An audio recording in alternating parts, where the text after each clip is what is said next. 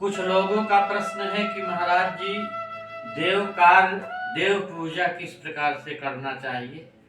कहते कि देव पूजा उत्तर मुख होकर के और पितरों की पूजा दक्षिण मुख होकर के करनी चाहिए। नीला, लाल अथवा काला वस्त्र पहनकर, बिना धोया हुआ वस्त्र पहनकर भगवान विष्णु की उपासना करने वाला दोषी माना जाता है, उसका पतन होता है।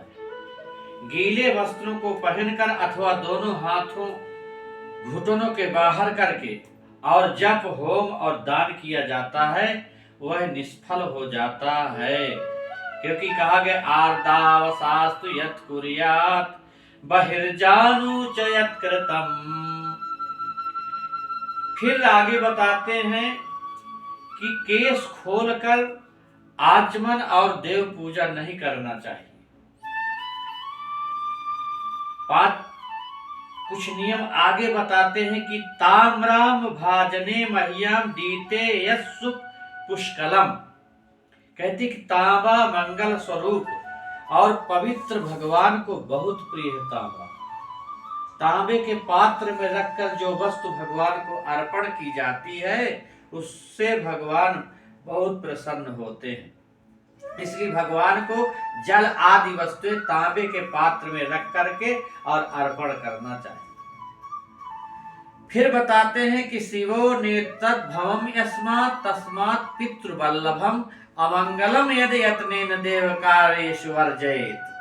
कहते चांदी पितरों को परम प्रिय है, पर देव कार्य में इसे अशुभ माना गया है, इसलिए देव कार्य में चांदी को दूर रखना चाहिए।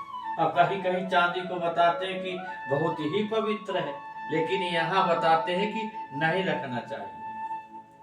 ये निर्णय सिंधु का वाक्य है, बता रहे हैं।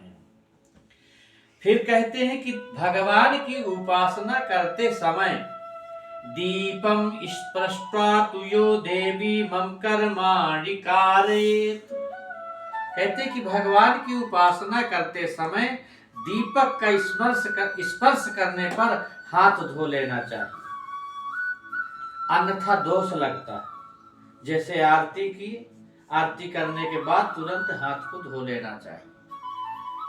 आगे बताते हैं भगवान के लिए कि सालग्राम, तुलसी और शंख, इन तीनों को एक साथ रखने पर भगवान बहुत प्रसन्न होते हैं। इसलिए सालग्राम शंख पर रखी हुई तुलसी अलग अलग करना पाप है। सालग्राम से तुलसी अलग करने पर जन्म जन्मांतर स्त्री वियोग की प्राप्ति होती है, अगर अलग कर दिया जाए। और शंख से तुलसी अलग करने वाला भार्याहीन 7 जन्मों तक रोगी होता है, इसका ऐसा प्रमाण